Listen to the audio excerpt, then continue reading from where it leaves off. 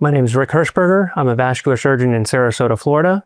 I'd like to welcome you to Whiteboard Wednesday, where I'm going to talk to you today about the decisions that I make with regards to patients and artery blockages, whether we decide to proceed with stenting and ballooning, or whether we think that a bypass might be a better option. In any patient that I see with blockages in the legs, I like to tailor the treatment to the patient. The first thing is that you have a reason for us to perform the procedure, which can include limitations with walking distances, pain in the foot at night, or wounds to the foot. Once we decide that you need a procedure, I would like to proceed with the most minimally invasive procedure possible, but sometimes we can't do that procedure and have to go on to bypass, with the artery coming in from the pelvis and crossing the groin. Right below the knee, the arteries divide into 3 different arteries to feed blood flow to the foot. The easiest situation that I run into stenting is a short blockage in the thigh.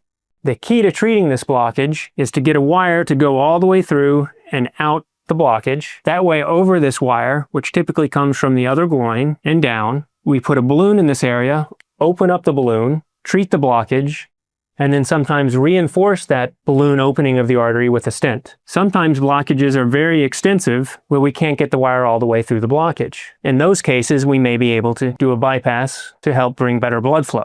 A common situation, if patients have lack of blood flow causing pain in the foot at night, that blockage actually goes all the way down into these little vessels here. And in that situation, we do a bypass with either a vein or a piece of plastic going around that entire blockage all the way down into the calf. We bring blood flow from the heart into the bypass and down into this artery, which then feeds into the foot. So the long and short of it is, simple blockages, which involve only the thigh artery, we typically can treat with ballooning and stenting. When the blockages become more complex, where we can't get that wire or balloon to go all the way through the blockage, that's when we look at bypass as an option. My goal is to treat every single patient with catheters and wires because it's a straightforward, easy, outpatient type procedure. But unfortunately, some disease processes don't let us do that, and we have to be more aggressive. Once again, my name is Rick Hirschberger. I'm a vascular surgeon in Sarasota, Florida. This is our Whiteboard Wednesday talking about the difference between stenting arteries